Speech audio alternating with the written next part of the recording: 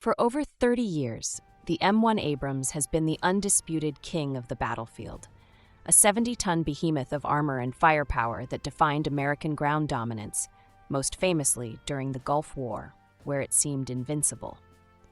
But on the modern battlefields of the 21st century, the rules of the game have radically changed.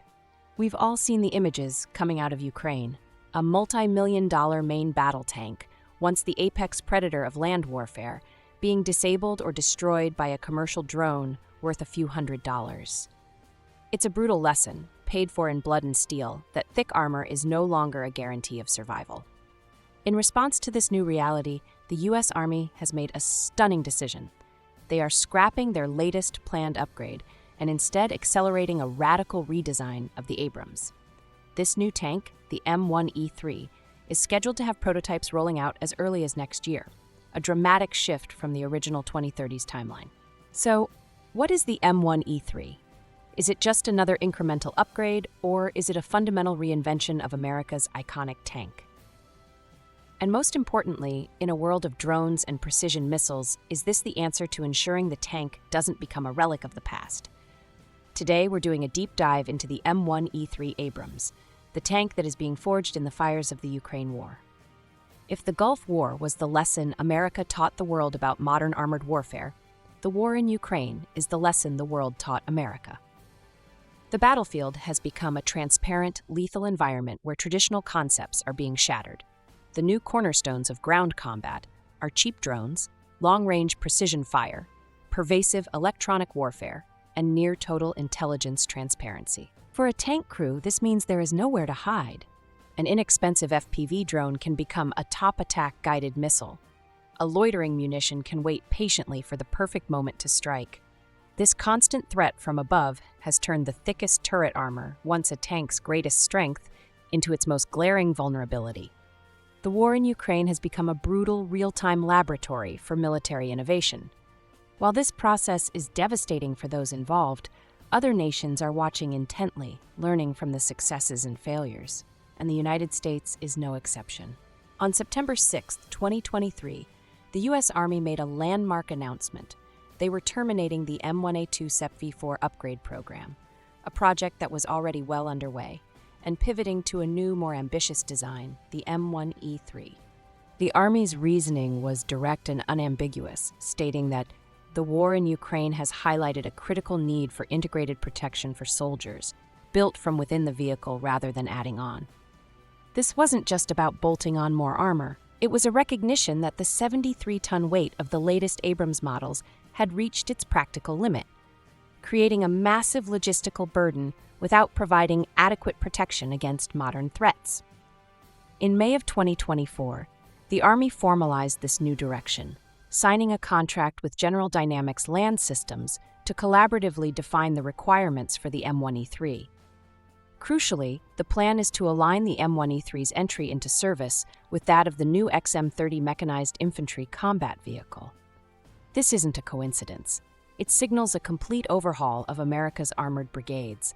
The M1E3 isn't being designed as a standalone superstar, it's being developed as a key node in a networked, combined arms team. So what are the revolutionary changes that define the M1E3? Let's start with what's under the hood. For 40 years, the Abrams has been defined by its powerful, yet notoriously thirsty, AGT 1500 gas turbine engine. In the M1E3, that iconic engine is being completely abandoned. This decision is a direct lesson from Ukraine. The tanks supplied to Ukrainian forces with their gas turbine engines have an operational range of only about 400 kilometers or 250 miles. This makes them heavily dependent on a constant stream of fuel convoys, which have become prime targets for drone and artillery strikes. For a 70-ton tank, the moment it stops to refuel is a moment of extreme vulnerability. A single cheap drone attacking a refueling tank can result in the loss of not just the tank, but its entire support element. To solve this, General Dynamics is developing a new hybrid diesel-electric power pack for the M1E3. This is expected to increase fuel efficiency by a staggering 50%, potentially pushing the operational range beyond 600 kilometers, or 370 miles. It also dramatically reduces the tank's thermal signature by about 40% and lowers its acoustic noise, making it harder to detect on the battlefield. The hybrid system also allows for periods of silent watch, where the tank can power its electronics from batteries without running the main engine. The other massive advantage of this new power pack is weight reduction. By removing the bulky gas turbine and its complex cooling systems, the M1E3's combat weight is projected to drop from 73 tons down to somewhere below 60 tons. This is a game changer. It makes the tank easier to transport by air and vastly improves its mobility across bridges, soft ground, and complex urban terrain. While this system is new for the Abrams, it's based on technology already proven in the Abrams X technology demonstrator, though its long-term reliability in the field remains to be tested. The next major evolution is in protection. The M1E3's design philosophy completely inverts the traditional Abrams approach of more armor. Instead, it relies on a layered intelligent defense system. The core of this is a built-in, AI-enabled active protection system, or APS. Unlike the bolt-on modules of the past, this system is integrated directly into the vehicle's structure. Drawing on technology from proven systems like Israel's Trophy, it will use a 360-degree radar to detect, identify, and intercept incoming threats like drones, anti-tank missiles, and RPGs long before they reach the tank. The onboard AI will be able to prioritize multiple threats and alert the crew, or even automatically engage the most immediate dangers. Passive armor hasn't been forgotten, but it has been reprioritized. The focus is now on heavily reinforcing the top armor of the hull and turret, specifically to defeat top attack munitions and suicide drones. But the most radical change is the move to an unmanned turret. This is a design feature that fundamentally increases crew survivability. The turret is one of the most frequently targeted parts of a tank. By moving the entire three-person crew into a heavily armored capsule within the hull, they are isolated from the ammunition and the most likely point of impact. Even if the turret is hit and catastrophically damaged, the crew has a much higher chance of survival. An unmanned turret also allows for a more compact, lower-profile design, making the tank a smaller target to begin with. Of course, an unmanned turret necessitates another feature the U.S. Army has famously resisted for decades: an autoloader. The official reason for preferring a human loader has always been reliability and flexibility. Unofficially, it's often been about cost. Adding a complex mechanical system increases the procurement price, while adding another soldier is an operational cost. With the move to an unmanned turret, that debate is finally over. The challenge now is developing one quickly and reliably. As for the tank's main gun and fire control, details are still scarce. However, it's highly probable that the M1E3 will incorporate the advancements planned for the canceled SEP-V4 program.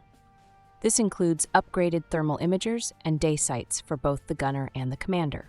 A key upgrade will be a new digital data link for the main gun, allowing it to communicate with the new XM1147 Advanced Multipurpose Round.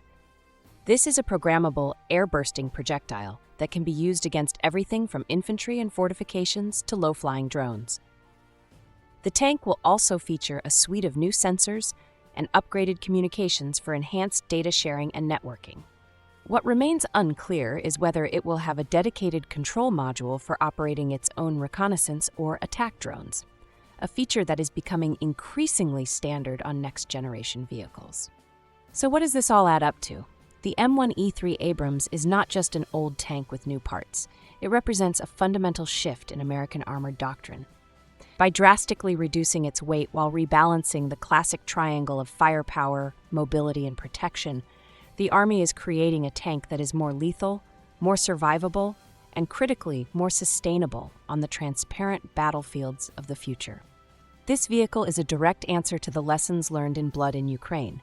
It's a move away from the heavy, gas-guzzling brawler of the Cold War and towards a lighter, stealthier, and smarter networked fighter.